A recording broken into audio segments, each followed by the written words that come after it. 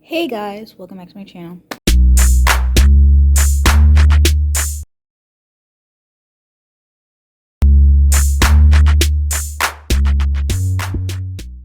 If you don't know who to be, it's your girl KylerB coming at you with a new video. So today we're going to be talking about Wednesday, the Netflix TV drama based on basically the Addams family, or basically specifically Wednesday Addams of the Addams family. So Wednesday is basically specifically on the character Wednesday from the Addams family, and basically it takes place in this small town called Jericho. The first episode starts out that I guess Pugsley, Wednesday's brother, gets bullied by these guys at school. So Wednesday basically retaliates by setting off with piranhas in the swimming pool, which basically did some damage to some of the guys. So she had to be transferred to different schools, and her mother, Morticia, she used to go to a school called Nevermore Academy, and basically the school is for like supernatural outcasts, but is placed into this like normal society. So anything wrong that goes on in that town, they always blame it on the outcast or the Nevermore Academy, because it's centered into a normal or normie town. So with that being said, we got like, some backstories of, how the Pilgrims came to like the Americas, basically, because I guess how the small town that got settled, well, the Pilgrims took over it from the supernatural, outcasts, basically killing off all the supernatural outcasts, basically leaving Wednesday's long ancestor, the Addams, who basically has some type of supernatural psychic ability. And basically that's basically a big key to the entire story. So with that being said, there's this guy called Joseph whatever, who's basically like the head pilgrim of the town, who is basically like, let's get the town rid of all these outcasts. So he burns all those outcasts, and then leaving Goody Addams alive. So she basically, passed down her abilities down generations, because Morticia has, same psychic ability, but it's only for like, she gets to see, I guess, the positive outlooks, while Wednesday, she starts developing her psychic abilities, and she sees like all the bad, negative things. But I mean, it coincides with everything that Wednesday's about, because Wednesday is basically like, she wears all black, she's kind of gloomy, she barely cracks a smile on anything. So it kind of shows the differences. And the thing is that there's another, like, I guess, character plot story between Morticia and Wednesday, because Wednesday was just basically having like a little battle between her mom. She didn't want to fall into her mother's footsteps. The fact that her mother put her in the same school that she used to go to, she didn't want to be in her mother's shadow. So she was just having this like little inner battle with her mother and her parents, like, because as soon as she got to Nevermore, she was trying to find a way to escape. Then when she found out that the town is going through like some type of crisis with a monster, she's like, let me stay in Nevermore.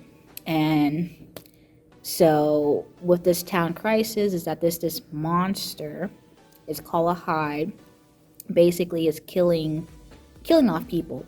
But the thing is, the Hyde is controlled by, I guess, a master. So a person is controlling the Hyde. The Hyde has no, I guess, voluntary role over their body or their, control. So, and they're, whenever the master basically tells them to do something, they're gonna do it. So it's kind of like, who is this Hyde person killing the people, and why are they killing the people? So the story is basically like a little teenage drama, into a murder mystery, which is really good. We got the sirens, we got the werewolves, they said something about vampires, but I'm just like, we've barely seen any. Some guy who basically had like the Medusa type hair and stuff like that. So they did pretty good with the characters and like, the differences. I don't even know what Xavier is, but he's able to draw things, and then he makes the whatever he draws come to life. And then also when he's like in a sleep or sleeping, he's able to see dreams. So I don't know what type of thing Xavier has, but the story is well rounded. Now obviously people are shipping Wednesday with Xavier or Tyler, and obviously in the show they showed her basically almost got with Tyler, but then after it was revealed that Tyler was the Hyde, the one killing everybody, it was just like, whoa.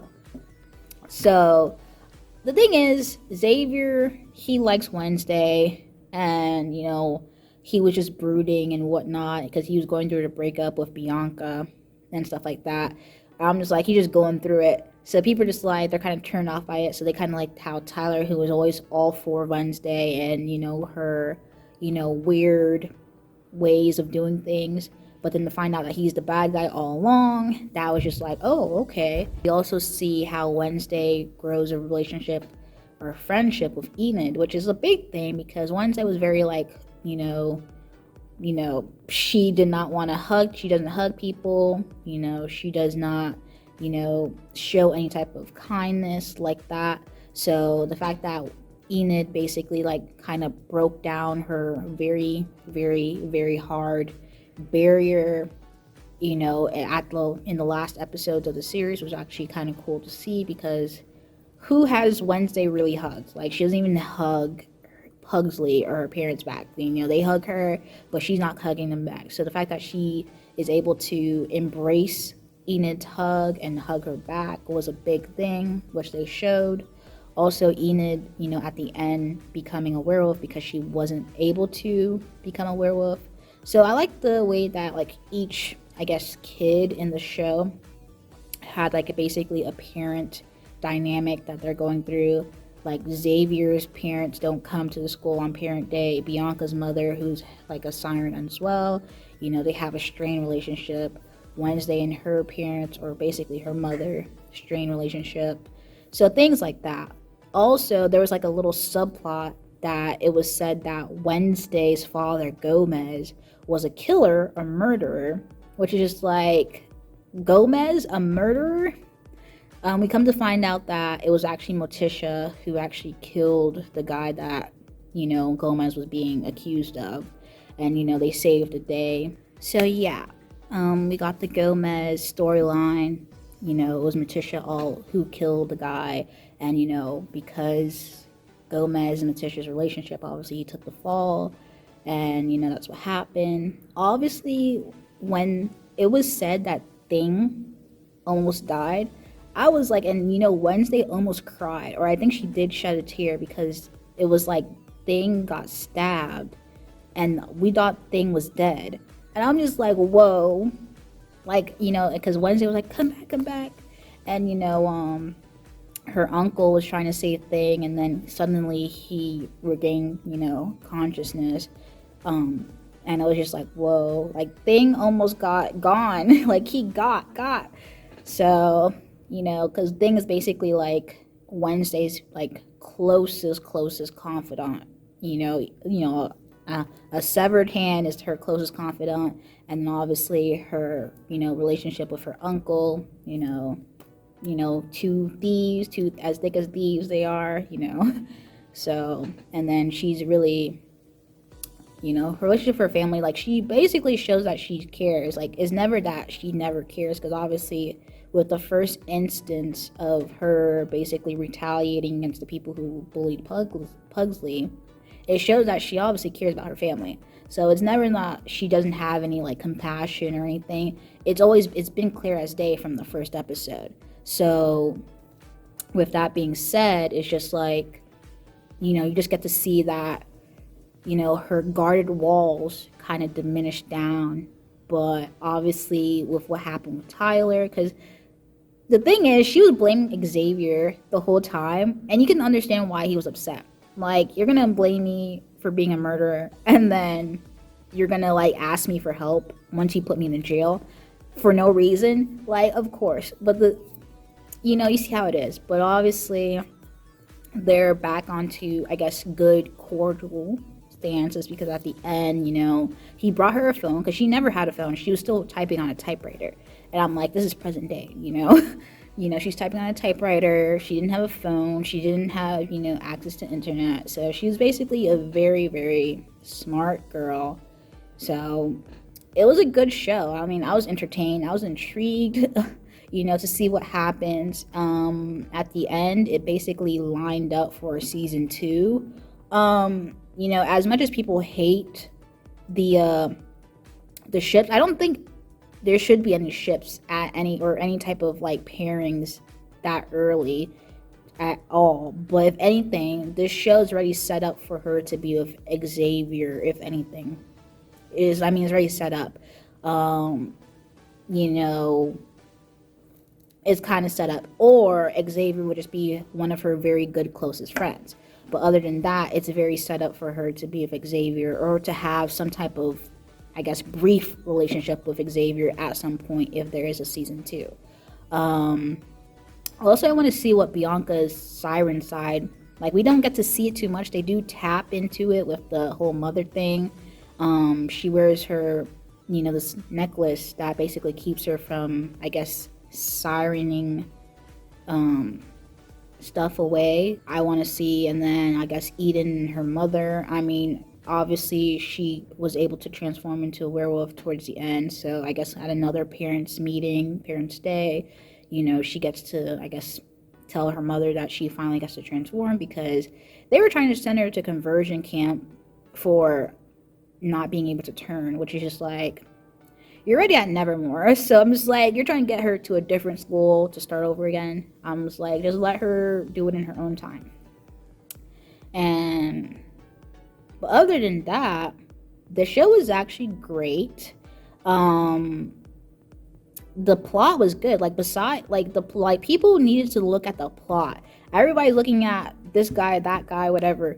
We need to look at the plot. The plot was good. Like, let's talk about who is the person controlling the Hive, because if they killed the girl with glasses, the fact that the girl with glasses was actually in one of the original Wednesday movies was like kind of cool. Basically a nod to, she's giving a nod to Jenna Ortega, as playing another Wednesday version. So, but the fact that she was like the bad person and being like the descendant of the Joseph Jericho person. The fact that Miss Doran Hill is basically the descendant of Joseph Crackstone, and she was basically setting up her, I guess, battle against battle against Wednesday, and that the reason that she used a hide to kill all these people was to get these organs to resurrect Joseph Crackstone. Was just like, what? Like, what are you doing? Like, what was going on? Like, that really went over people's head. Like, what? Another thing was that the sheriff thought these normie people was like these bad guys all along, to come find out that it was his own son, who was not a normie, as they say, and was actually, a supernatural being, because the mother who died was also a Hyde. Also, the fact that what's her face? The fact that the principal died is kind of sad too, because even though her and Wednesday was going at it all the time, she's actually really gone, and she knew the mother, but she was jealous of the mother for some reason. And then, at the end, she finally, was trying to, she wanted Wednesday to go to her if she needed any help. And then, the fact that Wednesday actually asked her for help, and then she ended up dying, which is like, what? But she was a shapeshifter. When we find out that she was the one shapeshifting, and it wasn't, the guy is actually dead from the first episode. The guy that was actually dead from the first episode. I was like, what? I was like, oh, because I'm like, I know Wednesday's not seeing things, because they really try to make Wednesday seem like she was crazy, but it was actually like she was trying to keep everything on hush hush. And yeah, but Wednesday's a good watch. It's 8 episodes long. Like, it was actually a pretty quick watch. The first episode is like the longest one, but once you get through the first episode, you're trying to figure out what's going on because it's a murder mystery, and you're trying to like connect the dots, gather the clues, and it's kind of funny because when Wednesday kind of narrates, or have like this inner monologue, she's like basically telling you her thought process, like who that she has on her list of suspects. Really interesting to see because you're just like, okay, who's the killer, blah blah blah blah. Also, Eugene being in the hospital basically also showed another light of Wednesday having some type of sympathy, a heart, being empathetic, because he was in the hospital, he almost died. She was like, I told you not to go without me. She was the only one there being in the hospital while, come to visit him while he was recovering and stuff like that. Like, that's her best friend, so it just shows like Wednesday is not like this cold person. Like, she does have empathy, and she's not this cold person. Like, you can obviously see that when Enid left the room, and she was trying to play it off that she didn't care, but she obviously did like, or grew to like, Enid's presence. So I feel like it deserves a season 2. I mean, it did really well on Netflix because it was basically the only big release during the holiday season. It came out on November 23rd. So, yeah, everything else that's like really good on Netflix is coming out in 2023. So, Wednesday does not have any type of like, as a show, does not have any type of real competition towards anything else because nothing else big came out during the same time because everything else is coming out next year. But if you guys haven't seen the show, go watch it, check it out. Tell me your thoughts, your concerns, whatever you thought about the show. If you like this video, like the video, comment down below, let me know your thoughts, comments, concerns, and if you haven't subscribed to my channel, subscribe. Anyway, thank you guys for watching this video. Peace.